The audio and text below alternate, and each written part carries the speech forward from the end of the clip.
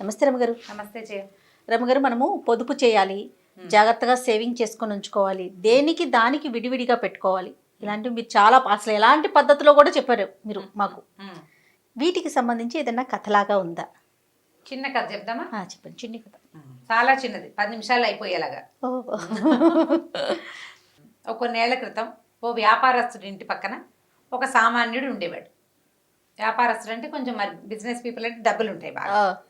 అయితే అతని భార్య ఇతని భార్య సాయంకాలం అయ్యేసరికి వాకిళ్లలోనూ పెరల గోడ దగ్గర నిలబడి కబుర్లు చెప్పుకుంటూ ఉండేవాళ్ళు. ఈ సామాన్యుడికి ఒక చిన్న ఇల్లు ఉంది, ఏదో పాతకాలపు ఇల్లు, మధ్యలో చిన్న ఇల్లు, చుట్టూతా ఏవో చెట్టు పెరడు ఏవో ఉన్నాయి. వ్యాపారస్తుడు పెద్ద మేడ, కానీ కామన్ వాళ్ళు ఉంది. ఇద్దరు నుంచి నువ్వేముండేవంటే నువ్వేముండేవని మన ఫ్రెండ్స్ కూడా అలాగే ఏం చేసావు ఇవాళ వంట అని అడుగుతారు కదా. అడిగితే వ్యాపారస్తుడి భార్య ఏదో పప్పు కూర అలా చెప్పేది. ఈ సామాన్యుడి భార్య మాత్రం ఇవాళ సొరకాయ బాగుంది అందుకని హల్వా చేశాను, ఇవాళ పండగ కదా పాయసం చేశాను, లేదా ఇవాళ పర్వదినం కదా మా ఆయన పాయసం చేయమన్నారు, చాలా రోజులైంది ఏదైనా చేసుకుందామని మైసూర్ పాక్ చేశాను, ఇలాంటివి చెప్తుండేది. మామూలు అన్నం కూరతో పాటు ఎప్పుడు తరచుగా ఏదో ఒకటి చేసుకునేది. వెరైటీ ఐటమ్స్ కొంచెం మంచివి, ఖర్చు అయ్యేవి. ఇప్పుడు హల్వా చేయటం అంటే సొరకాయ ఉందనుకో ఓ తిరగమాతలో పడేసి పప్పు పులుసు వస్తే అన్నంలోకి సరిపోతుంది. హల్వా చేయాలంటే 2 చార్లు పంచదార, అంత 2 చార్లు నెయ్యి పోస్తే కానీ హల్వా రాదు కదా బయటికి, ఖర్చు కాదు. అయితే వ్యాపారస్తుడి భార్య అనేది భర్తతోటి, ఏమిటండి ఇంత వ్యాపారం ఉంటే నేనేదో పప్పు కూర చారుతో సరిపెడతాను, ఏదైనా పెద్ద పండుగ వస్తేనే మనం పిండి వంటలు అవి చేసుకుంటాము, వీళ్ళు ఏమిటి వాళ్ళ జీవితం అతి చిన్నది, ఎప్పుడు ఏదో ఒకటి చేస్తానంటుంది, చేస్తుంది కూడాను, అప్పుడప్పుడు చిన్న కప్పులో పెట్టిస్తుంది. వాళ్ళు ఎట్లా చేసుకుంటున్నారండి?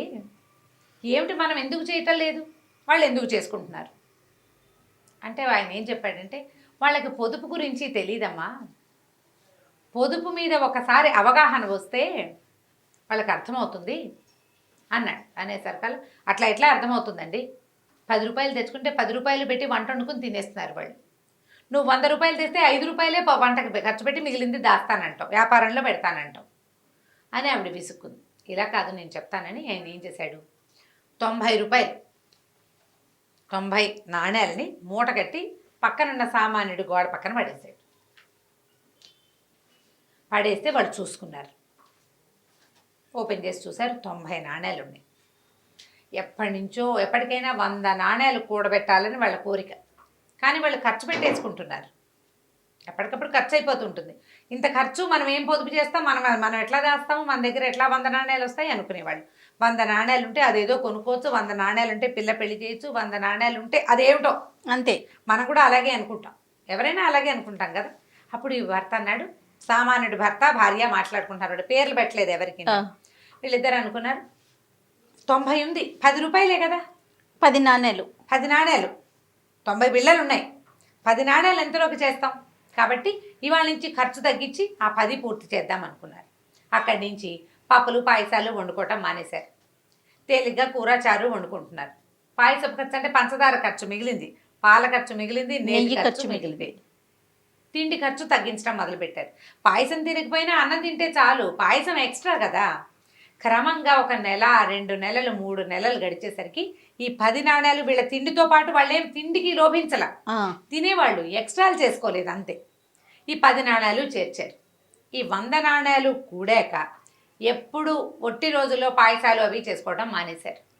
వాళ్ళకి తెలిసింది, విషయం అర్థమైంది. వాళ్ళకి తెలిసింది మనం ఇలా ఏముంది, ఈ రూపాయి మిగిలిస్తే ఏమవుతుంది అనుకునే వాళ్ళం ఇన్నాళ్ళు. ఇప్పుడు ఎలా అనిపిస్తుంది, మన దగ్గర 10 కాదు, ఇప్పుడు ఈ రోజుల్లో అయితే ఓ 1000 రూపాయలు ఉంది, ఇవాళ 100 150 మిగులుతుంది అనుకో, 850 రూపాయలు ఖర్చు అయింది, ఈ 150 ఎవరిని ఉద్ధరించునని దాన్ని కూడా ఖర్చు పెట్టేస్తే ఉండదు. అదే నువ్వు ప్రతిరోజు 150 ఆ ఖర్చు మానేస్తే నెల తిరిగేసరికల్లా అది ఎన్ని 150 పోనీ 10 రోజులకి 1500 అయిందా, నెలకి 4500 అయిందా, నెలకి నీ పొదుపు ఎంత, 4500 రూపాయల పొదుపు నువ్వు చేయగలవు ఖచ్చితంగా.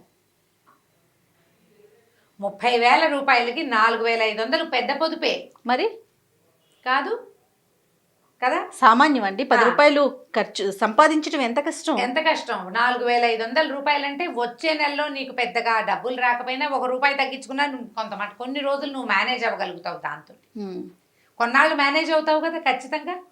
ఈ ఆలోచన చేయాలి. దాంతో వీళ్ళు ఏమనుకున్నారంటే తర్వాత ఎప్పుడు వాళ్ళు ఇంకా ఈ రకంగా చేసేవాళ్ళు కాదు. క్రమంగా సామాన్యుడు ఇల్లు మీద ఇల్లు కట్టాడు, ఓ 2 కుంటల పొలం కొనుక్కున్నారు, పిల్లకు శుభ్రంగా పెళ్లి చేశారు మంచి సంబంధం చూసి. ఆసెమ్మ ఓసెమ్మ ఇద్దరే నిలబడేవాళ్ళు. ఏం వండుకున్నామంటే నేను పప్పు వండాను, నేను కూర వండాను, పాయసం చేయలేదా అని ఇవిడ అడుగుతుండేది. ఇప్పుడు ఎందుకే పాయసం అనవసరంగా, రేపు రథసప్తమి రాదు అప్పుడు చేసుకుందాం, ఓకే రథసప్తమి నాడు పాయసం చేస్తాం అనుకుందాం. పోనీ పాయసం చేస్తే ఆ మాత్రం పాయసం చేసామనుకో, వాళ్ళు ఇంకా పప్పు కూర చారు అక్కర్ల, పప్పు చారు చాలు, కూర ఖర్చు మిగిలిపోతుంది కదా. పొదుపుని అలా చేయాలి. అలా ఒక్క రూపాయి, ఒక్క 100 రూపాయలు, ఒక్క 1000 రూపాయలు మిగిలినా దాన్ని పక్కకు పెట్టాలి. ఇంత అయిపోయింది ఈ కాస్త ఎందుకు ఉంచుకోవటం అని ఆలోచించద్దు. తొలి రోజున 1 రూపాయి నెల తిరిగేసరికల్లా 30 రూపాయలు అవుతుంది. అది పిల్లలు పెడుతుందంటే పెట్టదు, అది పిల్లలు పెట్టదు. దాంతో పిల్లలు పెట్టించే బాధ్యత వాడేవాడిదే. అది పెట్టదు, నువ్వు పెట్టించాలి అంతే. అదంతా నీ ప్రతిభ. నువ్వు ఆ 30ని ఎక్కడ పెడతావు, ఏం చేస్తావు, దాన్ని ఎక్కడైనా మదుపు పెడతావా, లేకపోతే దాచిపెట్టుకుని చూసుకుంటూ ఉంటావా, లేకపోతే రోజు చూసుకుంటూ ఎవడైనా 3వ వాడు లాక్కుపోయేటట్టుగా చేసుకుంటావా, అవన్నీ నీ తెలివితేటలు. పిల్లలు పెట్టించాలంటే మొదట దాచాలి. గంప కింద ఒక కోడి ఉంటే కదా గుడ్డు పెట్టేది, లేదే ఎలా పెడుతుంది గుడ్లు, వాటంతట అవి రావు కదా. అంతే. ఈ ప్లాన్ తోటి పనిచేయాలని ఈ ధనవంతుడైన వ్యాపారస్తుడు సామాన్యుడైన ఒక వ్యక్తి ఎదుగుదలకి ఒక 90 రూపాయలతోటి సహాయం చేసేసాడు. తర్వాత వాళ్ళు చక్కగా హాయిగా సుఖంగా ఉన్నారు.